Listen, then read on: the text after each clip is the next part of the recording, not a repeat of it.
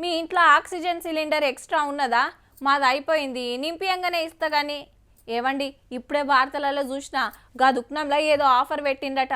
వస్తప్పుడు ఓ 10 సిలిండర్లు పట్టుకరాన్రి.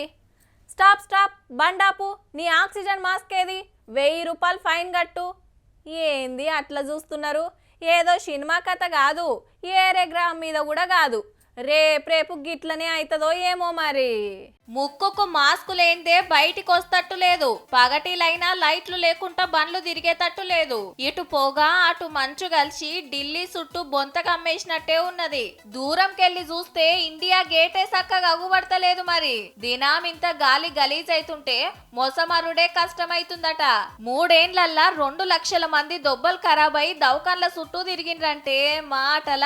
పిల్లలకు మస్తు తక్లీఫ్ అవుతున్నదట. సిగరెట్ తాగేటోళ్లకు ఎంత డేంజరో ఈ గాలి వీలిస్తే సుత గంతేనట. చలికాలం వచ్చిందంటే గజ్జున వణికే పరిస్థితి.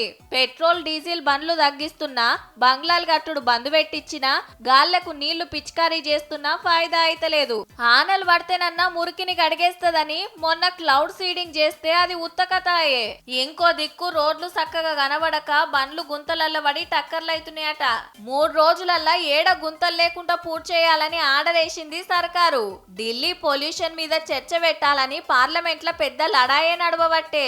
छोटे छोटे बच्चे धमा वाले मर रहे हैं, बुजुर्ग लोग मैं जैसी बहुत सारे हैं, उनके लिए भी मुश्किल है. ఏం చేస్తారో ఎట్లా చేస్తారో గాని పరిస్థితి గిట్లనే ఉంటే ఇక రాజధానిలా ఆక్సిజన్ బుడ్లు తలిగించుకొని తిరగాల్సిందే.